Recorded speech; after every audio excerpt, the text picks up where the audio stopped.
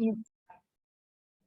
अपना जो टॉपिक चल रहा था एवोल्यूशन के बारे में चल रहा था, ठीक है। क्वांटिटिव और क्वालिटेटिव असेसमेंट के बारे में, एवोल्यूशन के बारे में। इसमें हमने जहाँ तक स्टडी किया था वो बता देता हूँ कि मूल्यांकन की प्रविधियां हैं। इसके प्रकार बताए थे: परिणामात्मक मूल्यांकन, मौखिक। इसके अंदर परिणामात्मक के अंदर जो होता है, क्वांटिटिव के अंदर मौखिक परीक्षाएं, लिखित, और जो प्रैक्टिकल एग्जामिनेशन है वो इंक्लूडिंग होते हैं। और जो क्वालिटिव असेसमेंट होता है, एवोल्यूशन होता है, उसके अंदर जो रेटिंग स्केल है, अवलोकन है, कोई घटना का वर्णन करना होता है या इंटरव्यू होता है, ये इसके अंदर शामिल होते हैं। अब यहाँ पर शिक्षा वस्तुतः उपलब्धि केंद्रित ना होकर विकास केंद्रित होती है, कि हमारी एजुकेशन है उसमें हम बच्चे की डेवलपमेंट के ऊपर ज्यादा फोकस करते हैं। छात्रों के माता पिता, शिक्षक, अभिभावक सभी के लिए यह जानना आवश्यक होता है कि बच्चे का समुचित विकास हो रहा है या नहीं। बच्चे की ओवरऑल डेवलपमेंट के ऊपर फोकस रहता है। ओवरऑल डेवलपमेंट हो रही है या नहीं हो रही है, इसके ऊपर ध्यान किसको देने की आवश्यकता है? माता पिता को, टीचर को, उसके गार्जियन को, सभी को देने की आवश्यकता होती है। लेकिन कैसे जानेंगे कि बच्चे का समुचित विकास हो रहा है या नहीं हो रहा है? इसको जानने के लिए हमें बच्चे का एवोल्यूशन करना पड़ता है। चाहे वो टीचर एवोल्यूशन करे, चाहे उसके गार्जियन करे, चाहे उसके पेरेंट्स करे, माता पिता करे, कोई भी करे, तो उसका एवोल्यूशन करना पड़ता है। इससे हमें मदद मिलती है कि बच्चे के विकास की नॉलेज हो जाती है कि उसका विकास हो रहा है या नहीं हो रहा है, उसने कितना सीखा है, नहीं सीखा है, तो वो एवोल्यूशन से ही पता चलता है। इस प्रकार शिक्षा प्रक्रिया में मूल्यांकन है, उसकी महत्वपूर्ण भूमिका होती है। मूल्यांकन की क्रिया, परिविधियां और प्रकार कौन से हैं? तो इसके अंदर मूल्यांकन एक कंटिन्यू प्रोसीजर होता है। सकारात्मक प्रक्रिया मानी जाती है, जो शिक्षा के उद्देश्यों को सीमा निर्धारित करके शिक्षा प्राप्ति के स्तर को जानकर उचित अनुचित निर्णय लेने में सहायता करती है, हेल्प करती है। मूल्यांकन के द्वारा क्या होता है कि ऐसा प्रोसीजर होता है जो निरंतर चलता रहता है। हमारे जितने भी ऑब्जेक्टिव होते हैं एजुकेशन के, उनको हम निर्धारित कर सकते हैं, उनकी जांच कर सकते हैं, क्या अनुचित है, क्या अनुचित है, उसका निर्णय ले सकते हैं। इसमें हमारा एवोल्यूशन हमें मदद करता है। इसलिए छात्रों के शिक्षा के स्तर का मूल्यांकन करने के लिए परीक्षा बहुत ही महत्वपूर्ण साधन माना जाता है। एवोल्यूशन करेंगे कैसे? परीक्षा लेंगे बच्चे की, चाहे हम ओरल ले चाहे रिटर्न में ले। छात्रों के मूल्यांकन करने के लिए हमें शिक्षा को दो भागों में विभाजित कर सकते हैं। दो भाग कौन से हैं? जो ये दो भाग है, क्वांटिटिव और क्वालिटेटिव। अब क्वांटिटिव कौन से होते हैं कि परिणामात्मक मूल्यांकन को भी हम छात्रों की परीक्षा के तरीकों के आधार पर तीन भागों में मोस्टली विभाजित करते हैं: मौखिक परीक्षाएं, ओरल टेस्ट, रिटन टेस्ट और प्रैक्टिकल एग्जामिनेशन। अब प्रैक्टिकल के अंदर बच्चों का रिटर्न भी हो जाता है, और कई बारी जब हम वाइवा के क्वेश्चन पुटअप करते हैं तो वो ओरल भी हो जाता है, इसलिए प्रैक्टिकल एग्जामिनेशन, प्रायोगिक परीक्षा। अब क्वांटिटिव टेक्निक्स बता रखी है, प्रविधियां है वो कौन सी है? मौखिक, लिखित और प्रायोगिक। लिखित की बात करें तो इसके अंदर निबंधात्मक और वस्तुनिष्ठ दो प्रकार मेन माने जाते हैं। निबंधात्मक के अंदर नहीं है, ये वस्तुनिष्ठ के अंदर है। पिछली बारी भी मैंने आपको बताया था कि वस्तुनिष्ठ के अंदर एक शब्दीय आंसर शामिल होते हैं, अति लघुरात्मक और लघुतरात्मक, ये तीनों कॉन्सेप्ट है, ये वस्तुनिष्ठ के अंदर आते हैं। मौखिक परीक्षाएं, फर्स्ट पॉइंट है मौखिक परीक्षाओं का। मौखिक परीक्षाएं क्या होती है? मौखिक परीक्षा का सर्वप्रथम उपयोग ग्लेंडेटाइस ने शुरू किया था। मौखिक परीक्षा को यूनान के महान दार्शनिक और पश्चिमी दर्शन के जनक सुक्रांत ने भी महत्वपूर्ण स्थान दिया था।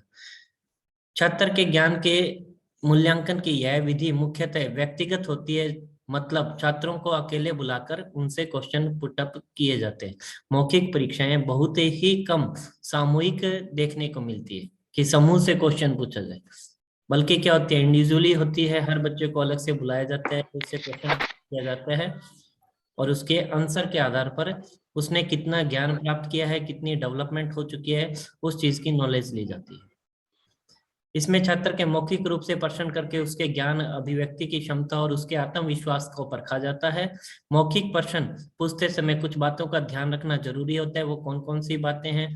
हमेशा लंबे उत्तर वाले प्रश्नों को नहीं पूछना चाहिए, जिनमें आंसर है वो ज्यादा हो, आंसर ज्यादा लंबा हो, ऐसे क्वेश्चन हमें मौखिक परीक्षाओं में नहीं पूछने चाहिए। प्रश्न में द्विअर्थी शब्दों का प्रयोग करने से हमेशा बचना चाहिए। छात्रों को उत्तर देते समय बीच में नहीं टोकना चाहिए, और लंबी शब्दावली वाले प्रश्नों से बचना चाहिए। आंसर भी हमारे लंबे नहीं होने चाहिए, और हमारा क्वेश्चन की जो लैंग्वेज है वो भी लंबी नहीं होनी चाहिए। इन परीक्षाओं की मेरिट्स क्या होती है और डिमेरिट्स क्या होती है? निदानात्मक कार्यों के लिए मौखिक परीक्षाएं अत्यंत ही उपयोगी होती है। हम बच्चे का कोई सॉल्यूशन दे रहे हैं, बच्चे को किसी प्रॉब्लम है, उसका हम सॉल्यूशन देना चाहते हैं, तो ऐसे कार्यों के लिए हमेशा बच्चे से हमें ओरल टेस्ट करना चाहिए, क्योंकि रिटर्न में सब कुछ नहीं पूछा जा सकता और रिटर्न में सारा वो स्टूडेंट लिख भी नहीं पाता है। विद्यार्थियों में व्यक्तिगत विश्वास जागृत करती है कि एक कॉन्फिडेंस लेवल है। विश्वास जागृत कैसे होगा? जब बच्चे में हम मौखिक परीक्षाएं आयोजित करते हैं तो बच्चे में कॉन्फिडेंस आ जाता है, एक फ्रेंडशिप का एटमॉस्फेयर क्रिएट हो जाता है कि हाँ, टीचर मेरे से वर्बली बात कर रहा है। बच्चे की नॉलेज है उसको आसानी से टेस्ट किया जा सकता है, मोटिवेशन कितना है, उसने कैसे आंसर कर रहा है, कोई नकल तो नहीं कर रहा है, तो वो ओरल टेस्ट के माध्यम से ही पता चल पाती है। विचार अभिव्यक्ति आसानी से कर सकता है स्टूडेंट मौखिक परीक्षाओं से, उसके विचार है वो पूर्ण रूप से बाहर निकल के आते हैं, क्योंकि लिखित में उसको सोच समझ के लिखना पड़ता है सब कुछ, क्या लिखूं क्या नहीं लिखूं, क्या गलत होगा क्या सही होगा। परंतु मौखिक परीक्षाओं में स्टूडेंट है विचार अभिव्यक्ति आसानी से कर लेते हैं, और उच्चारण जो होता है वो भी हमें पता चल जाता है कि बच्चा है किसी शब्द का उच्चारण है सही तरीके से कर रहा है या नहीं कर रहा है। आदि कुछ ऐसी योग्यताएं हैं जिनका मूल्यांकन केवल मौखिक परीक्षाओं से ही संभव होता है। दैनिक नियमित शिक्षा के समय मौखिक परीक्षाओं को अत्यंत ही सुगमता व सरलता से प्रयुक्त किया जा सकता है। इजी होता है मौखिक परीक्षाएं आयोजित करवाना, टीचर के लिए बहुत ज्यादा इजी होते हैं। क्वेश्चन नोट डाउन करता है, 10-15 क्वेश्चन, 20 क्वेश्चन उस टॉपिक से रिलेटेड, जो भी स्टूडेंट आता है उनसे 5 क्वेश्चन किए, 7 किए, तो वहां से टीचर के लिए इजी हो जाते हैं। मौखिक परीक्षाएं उन क्षेत्रों में उपयोगी होती है जिनमें लिखित परीक्षाएं संभव नहीं होती है, वहां पर मौखिक परीक्षाएं बहुत ही ज्यादा उपयोगी मानी जाती है। मौखिक परीक्षाएं मुख्य रूप से व्यक्तिगत होती है, सामूहिक नहीं होती है, इंडिविजुअली होती है, इसलिए भी इनकी इंपॉर्टेंस है। इन परीक्षाओं से विद्यार्थियों में आत्मविश्वास है वो सहज ही मापन हो जाता है।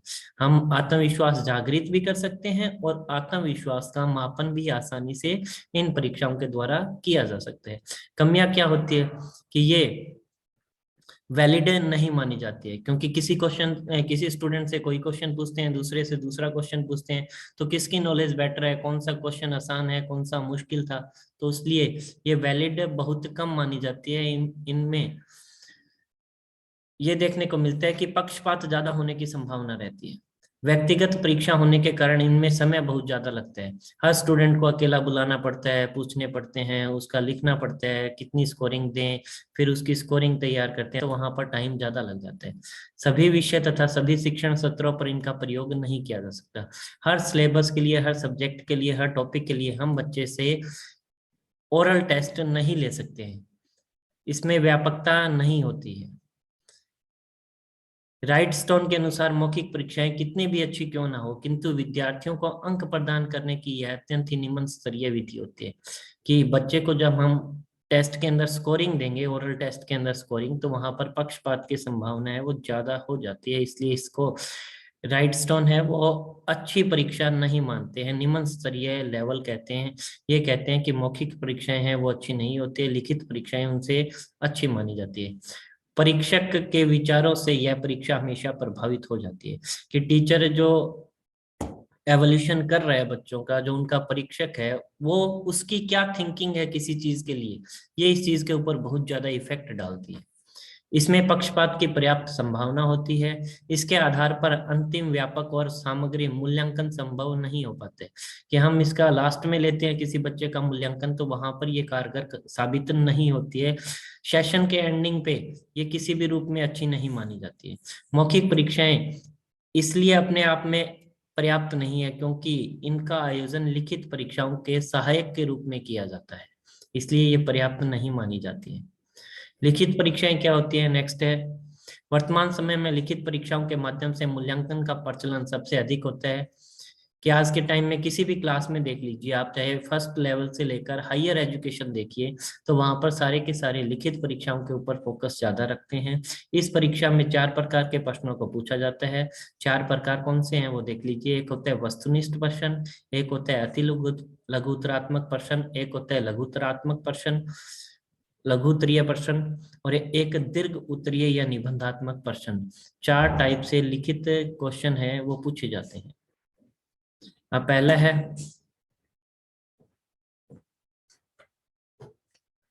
पहला है रिटन टेस्ट के अंदर कि मौखिक परीक्षाओं के बाद लिखित परीक्षाओं का शुभारंभ कब हुआ था।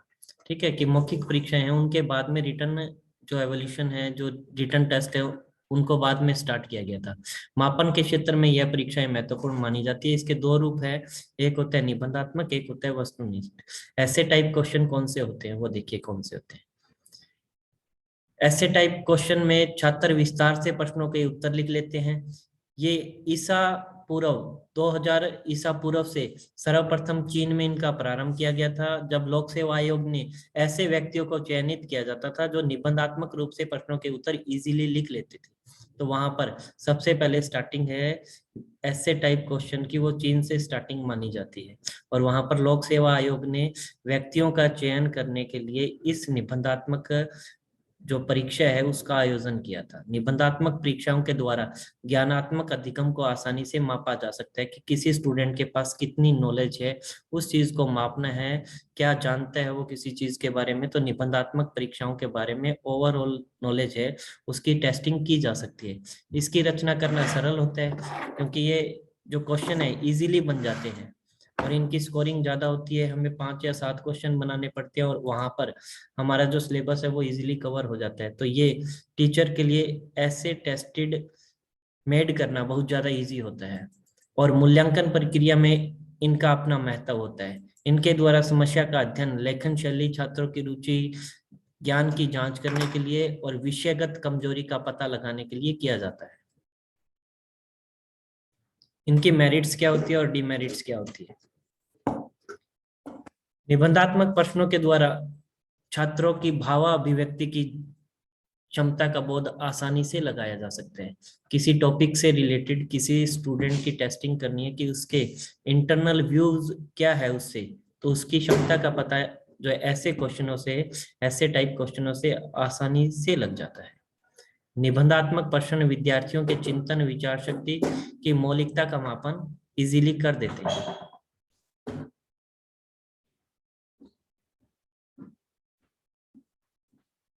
निबंधात्मक प्रश्न विद्यार्थियों की भाषा शैली तथा लेखन कला का मापन करते हैं कि हमारी किसी भी जो हमारी लैंग्वेज स्किल होती है उसको टेस्टिंग करना है कि हम अपने विचार कैसे व्यक्त करेंगे, कैसे लिखेंगे। वो हमारी हर स्टूडेंट की जो राइटिंग स्किल है, लैंग्वेज स्किल है, वो अलग होती है। उसका आसानी से मापन करना है। लेखन कौशल कैसा है, बच्चे की हैंड राइटिंग अच्छी है या नहीं है, इन चीजों का पता कैसे चलेगा। जब बच्चा ऐसे टाइप क्वेश्चन लिखेगा तो उसकी भाषा शैली और उसकी लेखन शैली का इजीली हम मापन कर सकते हैं। निबंधात्मक प्रश्न रचनात्मक चिंतन का विकास करते हैं कि बच्चा किसी क्वेश्चन से रिलेटेड क्या थिंकिंग रखता है और क्या लिखेगा, कैसे लिखेगा। तो अपने आप क्या होती है, उसकी किसी चीज को रचना करने की शैली का विकास है वो आसानी से हो जाता है। निबंधात्मक प्रश्नों से विद्यार्थियों की उच्च मानसिक प्रक्रियाओं का मापन है वो आसानी से संभव हो पाता है कि हम बच्चे का मानसिक क्रिएटिविटी कैसी है, उसकी हायर है या नहीं है। और यदि हम उस हायर मेंटल कैपेसिटी को मापना चाहते हैं, उसका एवोल्यूशन करना चाहते हैं, तो हमें जो टेस्ट का टाइप है वो ऐसे टाइप रखना पड़ेगा। निबंधात्मक प्रश्नों से युक्त प्रश्न पत्र सामूहिक परीक्षाओं हेतु उत्तम माने जाते हैं। जैसे कि बीएड का एग्जामिनेशन होता है, वहां पर क्या होता है, क्वेश्चन पेपर है वो ऐसे टाइप बनता है और ऐसे टाइप क्वेश्चन से हम आसानी से समूह परीक्षण है वो कर सकते हैं। इन प्रश्नों का निर्माण सरल व सुगम होता है, टीचर के लिए बहुत ज्यादा इजी माने जाते हैं। उसको 80 नंबर का एग्जामिनेशन बनाना है, 5 या 7 क्वेश्चन उसको देने हैं और उसके आधार पर बच्चों का मूल्यांकन करके हाई स्कोरिंग दे सकते हैं। तो टीचर के लिए बनाना इजी होता है क्योंकि ऑब्जेक्टिव टाइप होंगे तो 80 क्वेश्चन टीचर को लिखने, और सब्जेक्टिव होगा और ऐसे टाइप होगा तो स्टूडेंट को टीचर को 5 या 7 क्वेश्चन लिखने। समय तथा जो पैसे की दृष्टि से भी ये इजी होते हैं कि कम भी टीचर को कम समय लगता है, स्टूडेंट भी अपनी भावाभिव्यक्ति दे देता है। इसकी छपाई के ऊपर भी पैसे।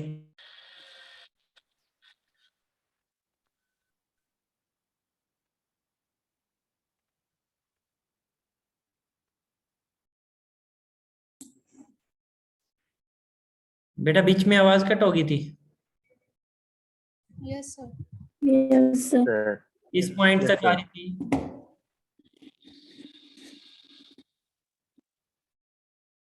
कौन से पॉइंट तक आ रही थी आपको, 6 या 7? Sir 6 point sir. ठीक है। जो ऐसे टाइप क्वेश्चन है, ऐसे राइटिंग।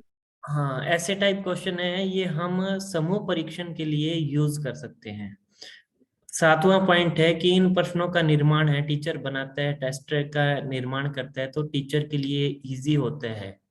उसके बाद में 7th है कि इसके अंदर समय भी कम लगता है और पैसे भी कम लगते हैं। कुछ पाठ्य पुस्तक का मापन केवल निबंधात्मक प्रश्नों के द्वारा ही संभव हो पाता है। कई प्रकार की पाठ्य पुस्तक होती है, यदि हम उनका एवोल्यूशन करना चाहें, कई टॉपिक ऐसे होते हैं कि उनका एवोल्यूशन हम बच्चे का करना चाहते हैं, तो वहाँ वहाँ पर हमें ऐसे टाइप क्वेश्चन ही पूछना पड़ता है। जैसे कि किसी की जीवनी के बारे में पूछना चाहते हैं, तो वहां पर बच्चे को जीवनी के बारे में पूछना है कि महात्मा गांधी की जीवनी बताइए, जीवनी के ऊपर प्रकाश डालिए, तो वहां पर उस जीवनी का विस्तार से वर्णन स्टूडेंट अपने नजरिए से कैसे करेगा, तो वो ऐसे टाइप क्वेश्चन में आसानी से कर सकता है। इनके उत्तर देने में केवल तथ्यों की पहचान करना ही पर्याप्त नहीं होता है, बल्कि इनको पहचान कर उनकी व्यवस्थित व्याख्या करनी पड़ती है। कि ऐसे टाइप क्वेश्चन के अंदर बच्चे के जो जो उसको सिखाया जाता है, जो उसको बताया जाता है, वहां पर स्टूडेंट क्या करेगा, एक स्टेप टू स्टेप चलना पड़ता है। बिना स्टेप के हम चीजों को विस्तार से वर्णित नहीं कर पाते हैं, तो वहां पर तथ्यों को पहचान करना ही पर्याप्त नहीं होता कि हाँ क्या इसके फैक्ट हैं, बल्कि उनको सिस्टमेटिक भी लगाना पड़ता है। निबंधात्मक जो टेस्ट होते हैं उनकी डिमेरिट्स क्या होती है, दोष क्या होते हैं। निबंधात्मक प्रश्न ज्ञान स्तर पर आधारित होते हैं। सभी शिक्षण उद्देश्यों पर आधारित प्रश्नों का निर्माण कठिन हो पाता है। कि ये है जो बच्चे की ओनली नॉलेज की टेस्टिंग ज्यादा कर लेते हैं, ये ओवरऑल टेस्टिंग नहीं कर पाते हैं कि बच्चा है कितना उसके अंदर कॉन्फिडेंस कितना है, ठीक है, किसी चीज के बारे में उसकी थिंकिंग क्या है, राइट है रॉन्ग है, दोनों का मिक्सअप हो जाता है। तो ये प्रश्नों के अंदर हम सिर्फ ज्ञान नॉलेज की टेस्टिंग कर सकते हैं, बाकी किसी चीज की टेस्टिंग नहीं कर पाते, बल्कि जो शिक्षण के बाकी उद्देश्य है वो हमारे पूर्ण नहीं हो पाते हैं।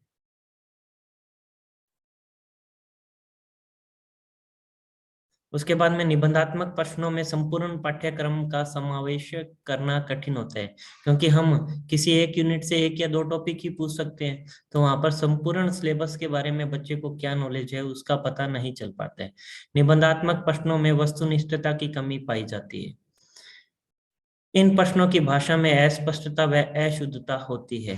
कि निबंधात्मक क्वेश्चन जब हम पूछते हैं तो वहां पर अस्पष्टता है वो ज्यादा दिखाई देती है, क्योंकि जो शॉर्ट टाइप क्वेश्चन होते हैं वहां पर स्पष्टता ज्यादा होती है, किसी एक चीज का एक ही आंसर निकल के सामने आता है। परंतु निबंधात्मक क्वेश्चनों में एक स्टूडेंट कुछ लिखता है, दूसरा स्टूडेंट उसी क्वेश्चन का आंसर कुछ लिख देते हैं, तो वहां पर अशुद्धता और अस्पष्टता ज्यादा दिखाई देती है। इन प्रश्नों के उत्तर में निश्चितता नहीं होती है, निश्चित नहीं होते हैं ये क्वेश्चन, और विशिष्टता कम होती है, इनकी ज्यादा देखने को नहीं मिलते हैं। ये प्रश्न रटने पर अधिक बल देते हैं। ऐसे टाइप क्वेश्चनों में देखा जाता है टेस्टिंग में कि बच्चा है वो रट्टाफिकेशन के ऊपर ज्यादा फोकस करता है, समझता नहीं है, बल्कि लाइन टू लाइन याद करने की कोशिश करता है। और जब शॉर्ट क्वेश्चन होते हैं, ऑब्जेक्टिव क्वेश्चन होते हैं, तो वहां पर बच्चे को हर क्वेश्चन को लर्न करना पड़ता है, तभी वो उसका राइट आंसर दे पाता है। तो दोनों टेस्टों की कोई ना कोई मेरिट्स और कोई ना कोई डिमेरिट्स होती है। अब ऑब्जेक्टिव टाइप क्वेश्चन कौन से होते हैं, ये परीक्षाएं वैध मानी जाती है, वस्तुनिष्ठ होती है और उपयोगी होती है। इन परीक्षाओं के उत्तर लिखने का तरीका अति सरल और संक्षिप्त होता है। इन्हें प्रमाणिक बनाया जा सकता है कि हम एक बार ही टेस्टिंग लेते हैं, दोबारा टेस्टिंग लेते हैं, तो एक स्टूडेंट का रिजल्ट सेम कंडीशन में सेम ही निकल के सामने आता है, इसलिए ये प्रमाणिक माने जाते हैं। स्टेनले तथा राउस के अनुसार वस्तुनिष्ठ परीक्षाओं के निर्माण में 4 सोपान माने गए हैं। पहला होता है नियोजन करना, प्लानिंग करनी पड़ती है, पदों की रचना करनी पड़ती है, परीक्षा की जांच करनी पड़ती है और जांच के बाद में उसका मूल्यांकन निकालना पड़ता है हमें। ये 4 स्टेपिंग मानी जाती है। पहला तो टीचर क्या करेगा, प्लानिंग करेगा, क्वेश्चन बनाएगा, तो सबसे पहले प्लान करेगा कि मैं कौन कौन से टॉपिक को शामिल करूंगा, किस टॉपिक में से कितने क्वेश्चन पूछूंगा, किस यूनिट को कितना नंबर का डिसाइड करूंगा, क्या ऑब्जेक्टिव का सिलेक्शन करूंगा, उसके बाद में जो क्वेश्चन है उनका निर्माण करेगा, फिर बच्चों का ऊपर अप्लाई करेगा उस चीज को, बच्चों को टेस्ट देगा, उनसे आंसर लेगा, और आंसर लेने के बाद में उस चीज का एवोल्यूशन करके बच्चों को रिजल्ट देगा। ये 4 स्टेपिंग मानी जाती है। वस्तुनिष्ठ परीक्षाएं 2 प्रकार की होती है, एक होती है प्रत्याभिज्ञान रूप और दूसरी होती है प्रत्यासंवरण रूप। ठीक है, 2 प्रकार की मानी जाती है। अब प्रत्याभिज्ञान क्या होता है और प्रत्यासंवरण क्या होता है, ये भी आपको बता देंगे। वस्तुनिष्ठ प्रश्नों के प्रकार क्या होते हैं, दो दो आधार पे, प्रत्यासंवरण और अभिज्ञान के रूप में मानी जाती है। अभिज्ञान के रूप में कौन कौन सी होती है, अपूर्ण रूप, स्थान पूर्ति रूप, रिक्त स्थान पूर्ति भी कह सकते हो आप इसको, एकांतर अनुक्रिया रूप, बहुवैकल्पिक रूप, समानांतर रूप और वर्गीकरण रूप। ये मोस्टली अभिज्ञान के पार्ट्स होते हैं जिनमें हम प्रश्न को बनाते हैं। आगे चलोगे तब आपको सब कुछ समझ आ जाएगा कि कौन कौन से पार्ट्स है। अब प्रत्याभिज्ञान क्या होता है, तो यहाँ पर देख लीजिए प्रत्याभिज्ञान का क्या मीनिंग बता रखा है। प्रत्याभिज्ञान रूप में प्रश्नों के कई संभावित उत्तर दिए जाते हैं। एक क्वेश्चन के कई उत्तर संभावना के आधार पर होते हैं कि ये क्वेश्चन का उत्तर भी हो सकता है, ये भी हो सकता है। छात्र को उनमें से एक सही उत्तर का चयन करना होता है। जैसे कि आज के टाइम में हम कोई जॉब के रिगार्डिंग में कोई टेस्ट देते हैं, तो वहां पर हम जब एग्जामिनेशन देने जाते हैं तो वहां पर ऑब्जेक्टिव टाइप क्वेश्चन पूछे जाते हैं, हमें एक से ज्यादा क्वेश्चन सही लगते हैं, हमें उस चीज का सिलेक्शन करना पड़ता है कि हाँ क्या राइट आंसर होगा। वो सारी की सारी टेस्टिंग प्रत्याभिज्ञान के रूप में मानी जाती है। इसके द्वारा छात्र की पहचानने की शक्ति की परीक्षा होती है, किसी चीज को पहचानने की शक्ति की परीक्षा है, वो प्रत्याभिज्ञान टेस्टिंग के द्वारा आसानी से हो जाती है। इस प्रकार के प्रत्याभिज्ञान के 5 प्रकार हैं जिन्हें निम्न रूपों में स्पष्ट किया जा सकता है। एकांतर अनुक्रिया रूप, ठीक है, जैसे कि ये बता रखा है एकांतर अनुक्रिया रूप क्या होता है। इन्हें सत्य असत्य रूप भी कहा जाता है। ठीक है, एकांतर अनुक्रिया रूप वाले क्वेश्चन कौन से होते हैं, जिनमें ट्रू और फॉल्स बच्चे से पूछा जाता है, सही है या गलत है, वो एकांतर अनुक्रिया रूप के होते हैं। इसमें कुछ तथ्य दिए जाते हैं और सही तथा गलत दोनों होते हैं। दोनों छात्रों को 2 विकल्पों में से एक को अंकित करना होता है, या तो राइट को अंकित करेगा या रॉन्ग को अंकित करेगा। इस प्रकार के प्रश्नों की रचना करना सरल होता है, क्योंकि टीचर को क्वेश्चन लिखना है और सीधा बच्चे से क्या पूछना है, रॉन्ग या राइट। इनका अंकन करना सरल होता है, इजीली हो जाता है, जो सही है वो सही है, गलत है उसकी कोई स्कोरिंग नहीं है, तथा कम समय में अधिक प्रश्नों के उत्तर दिए जा सकते हैं। टीचर के स्टूडेंट के लिए भी इजी है कि उसको ओनली टिक करना है या सत्य या असत्य लिखना है, तो वहां पर ये स्टूडेंट के लिए भी इजी हो जाता है। उदाहरण के लिए बता रखा है, निर्देश दे रखा है, निम्नलिखित कथनों में सही सही हो तो सत्य और गलत हो तो असत्य को सही इन्हें चिन्हित कीजिए। जैसे क्वेश्चन पूछा है कि कार्य ही पूजा है, यह कथन सर पूजा का है जी। सर मैं आज लेट आई हूँ, तो क्या आप बता दो कि आप कौन सा टॉपिक करवा रहे हो दोबारा प्लीज। लास्ट में दोबारा बता दूंगा, लास्ट में बता दूंगा बेटा। Okay sir. अपने आप को म्यूट कर लीजिए। अब यहाँ पर बता रखा है कि कार्य ही पूजा है, यह कथन गीता का है, सत्य या असत्य। ठीक है, स्टूडेंट को क्या है, ओनली या तो राइट के ऊपर टिक करना है या रॉन्ग के ऊपर टिक करना है, ट्रू और फॉल्स के ऊपर टिक करना है, किसी एक के ऊपर। ठीक है, उसके बाद में नेक्स्ट बता रखा है कि भूमंडलीकरण वास्तव में व्यापार के क्षेत्र में चल रही एक प्रक्रिया है, ट्रू या फॉल्स। बच्चे को सिर्फ इस चीज के ऊपर टिक करना होता है। ये होते हैं एकांतर अनुक्रिया रूप के क्वेश्चन।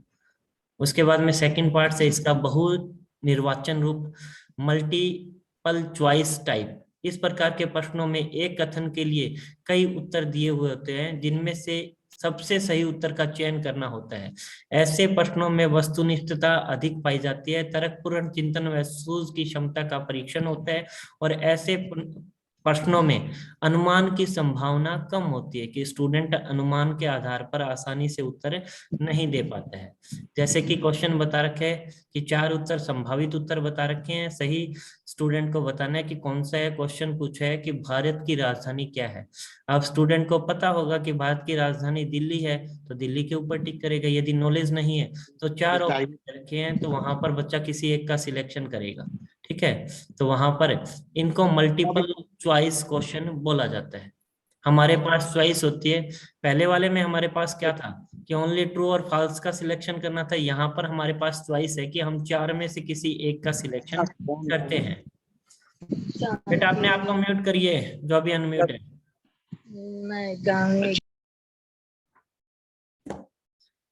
उसके बाद में सेकंड क्वेश्चन बता रखा है फॉर एग्जांपल के रूप में कि बुनियादी तथा आधारभूत शिक्षण प्रतिमान के प्रतिपादक कौन थे। ठीक है, जो आधारभूत शिक्षण प्रतिमान था, इस मॉडल को किसने बनाया था, उनके नाम दे रखे हैं। किसी एक का सिलेक्शन करना होगा स्टूडेंट को। तो ये सारे के सारे मल्टीपल चॉइस क्वेश्चन होते हैं। उसके बाद में समानांतर रूप कौन सा होता है, जिनको इंग्लिश के अंदर मैचिंग टाइप क्वेश्चन कहते हैं। ऐसे प्रश्नों में 2 स्तंभों में लिखा जाता है। एक स्तंभ में कुछ प्रश्न दिए जाते हैं और दूसरे स्तंभ में उनके उत्तर दिए जाते हैं, जिन्हें क्रमबद्ध रूप में नहीं रखा जाता है। छात्र को सही उत्तर का चयन करना होता है। पहले स्तंभ की तुलना में दूसरे स्थान में अधिक कथन दिए जाते हैं। इस प्रकार के प्रश्नों की रचना करना सरल होता है और इनका अंकन भी सरल, कि इनका एवोल्यूशन भी इजी होता है, आसानी से अंक दिए जा सकते हैं। लिंटविट के मत के अनुसार ऐसे प्रश्न कम, कब, क्या, कौन आदि परिस्थितियों के लिए अधिक उपयुक्त होते हैं। उदाहरण के लिए क्वेश्चन बता रखा है कि 2 स्तंभ दे रखे हैं, दोनों में सामने उनके उत्तर दे रखे हैं, किसी को मैचिंग करना उनको है। जैसे कि ये स्तंभ ए है और ये स्तंभ बी ब है। तो यहाँ पर महात्मा गांधी का जन्म स्टूडेंट को पता होना चाहिए कि कहाँ पर हुआ था, पोरबंदर के ऊपर हुआ था। तो यहाँ पर बच्चा इस चीज को इससे मैचिंग करेगा। आरबीआई का मुख्यालय कहाँ है, तो उसको मैचिंग करेगा। भारतीय संसद कहाँ पर है, उसको मैचिंग करेगा। गुलाबी नगरी कौन सी है, उसके साथ मैचिंग करेगा। ताजमहल कहाँ पर है, तो उसके साथ मैचिंग करेगा। तो ये मैचिंग वाले क्वेश्चन है, जिनको क्या बोलते हैं, समांतर रूप क्वेश्चन बोला जाता है। उसके बाद में क्लासिफिकेशन टाइप होता है, वर्गीकरण रूप। इस प्रकार के प्रश्नों में कुछ प्रश्न संगता लिए हुए होते हैं, लेकिन उनमें से एक शब्द असंगत होता है। छात्रों को उस असंगत शब्द का चयन करना होता है वर्गीकरण क्लासिफिकेशन वाले में। कैसे, वो बता रखे हैं, निर्देश दे रखे हैं कि निम्नलिखित प्रत्येक प्रश्न में 5 शब्द दिए गए हैं। प्रत्येक समूह में एक शब्द अन्य से भिन्न है, उस भिन्न शब्द का सिलेक्शन करना है कि कौन सा है। जैसे कि क्वेश्चन दे दिया कि लखनऊ, पुणे, भोपाल, पटना, जयपुर, इनमें से अलग कौन सा है, उसका सिलेक्शन कीजिए। नीचे बता रखा है क्वेश्चन, गाय, भैंस, कौवा, ऊंट, घोड़ा, इनमें से अलग कौन सा है, तो उस अलग का सिलेक्शन कीजिए। तो इसको बोलते हैं क्लासिफिकेशन टाइप क्वेश्चन, वर्गीकरण रूप प्रश्न। उसके बाद में सादृश्य अनुमान रूप कौन सा होते हैं, एनालॉजी टाइप क्वेश्चन कौन से होते हैं। इस प्रकार के प्रश्नों में 2 समान कंडीशन प्रस्तुत की जाती है, परिस्थितियां होती है 2 इक्वल कंडीशन की। पहली परिस्थिति के आधार पर समानता के संबंध को स्थापित करते हुए दूसरी परिस्थिति को पूर्ण किया जाता है। कैसे करेंगे क्वेश्चन, जैसे कि बता रखा है क्वेश्चन देखिए, उत्तर प्रदेश है, लखनऊ बता रखा है, तो मध्य प्रदेश में फिल इन द ब्लैंक्स के स्थान पर क्या आएगा, इस प्रकार के क्वेश्चन। थार्नडाइक का संबंधवाद है, तो पावलोव का कौन सा होगा। मनोविश्लेषणवादी सिगमंड फ्राइड है, तो व्यवहारवादी कौन है। तुलसीदास है, वो अवधी भाषा के राइटर थे, तो सूरदास कौन सी भाषा के राइटर थे। तो इस प्रकार के क्वेश्चन होते हैं, वो सादृश्य अनुमान रूप के क्वेश्चन बोले जाते हैं। ये इतने इसके पार्ट्स थे, 5 पार्ट्स याद कर लेते हो तो भी बहुत है। ठीक है,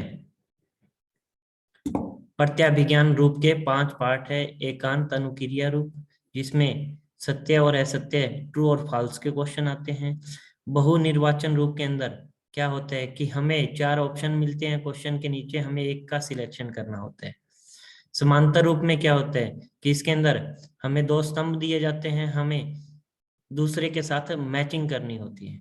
चौथा वर्गीकरण क्लासिफिकेशन वाला, इसके अंदर हमारे पास क्वेश्चन में 4 या 5 शब्द होते हैं, हमें अन्य शब्द का सिलेक्शन करना पड़ता है कि कौन सा चारों से भिन्न है।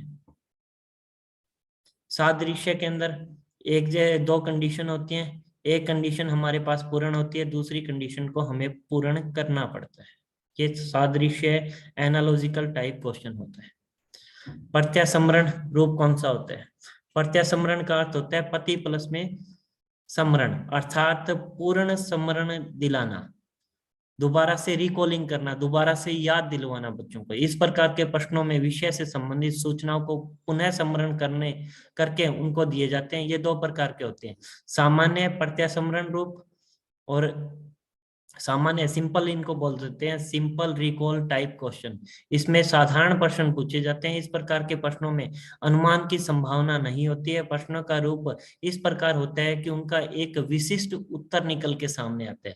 जैसे फॉर एग्जांपल दे रखा है कि फ्रोबेल ने कौन सी शिक्षण पद्धति को महत्व दिया। स्टूडेंट क्या करेगा? यदि उसको याद है तो नीचे कोई ऑप्शन नहीं है, याद है तो आंसर देगा। ये होता है सामान्य सिंपल रिकॉल टाइप क्वेश्चन। त्रिभाषा सूत्र के अंतर्गत भाषा पढ़ाने पर आग्रह किसने किया? ठीक है, तो यहाँ पर सिर्फ उसी का आंसर आएगा, खाली होता है फिल इन द ब्लैंक्स बोल सकते हैं इसको।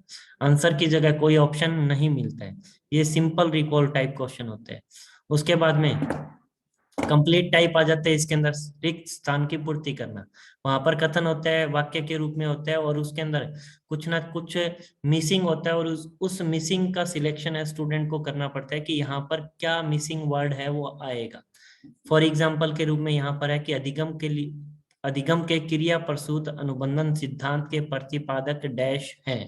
तो स्टूडेंट को इसको प्रतिपादक का नाम लिखना पड़ेगा, सेंटेंस को पूरा करना पड़ेगा। व्यवहारवादी मनोविज्ञान के प्रणेता कौन माने जाते हैं? तो स्टूडेंट को उनका नाम लिखना पड़ता है और उससे जो कथन है उसको पूर्ण करना पड़ता है, जिनको हम fill in the blanks type question भी बोलते हैं।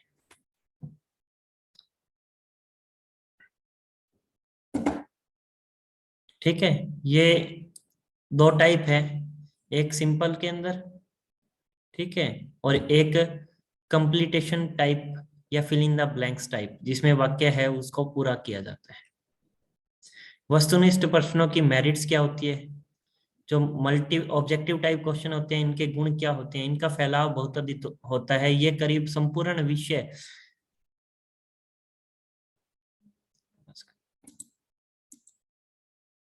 इनका फैलाव बहुत अधिक होता है। ये करीब संपूर्ण विषय विवरण का प्रतिनिधित्व करते हैं। इनके प्रश्नों की संख्या बहुत ज्यादा पाई जाती है और प्रत्येक शीर्षक पर सामान्यतः प्रश्न पूछ लिए जाते हैं। हर टॉपिक से रिलेटेड क्वेश्चन है वो बनाया जा सकता है इजीली। इस प्रकार के प्रश्नों के उत्तर देना अपेक्षाकृत कम समय तथा परिश्रम भी कम लगता है।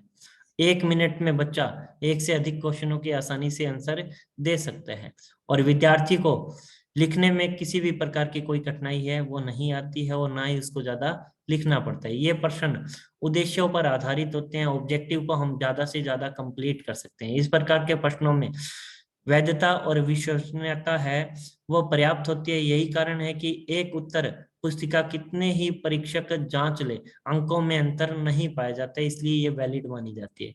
अनुमान में उत्तर देना संभव नहीं होता है। हम गैस लगा सकते हैं परंतु हमारी गैस पूर्ण रूप से सही होगी ये हम नहीं कह सकते हैं। वस्तुनिष्ठ प्रकार की उत्तर पुस्तिका में जांच का कार्य बड़ा ही सरल माना जाता है। मूल्यांकनकर्ता को उत्तर के रूप में 1 या 2 शब्द को ही देखना होता है। इससे समय भी कम लगता है और हमारी मेहनत भी कम लगती है। इन परीक्षाओं में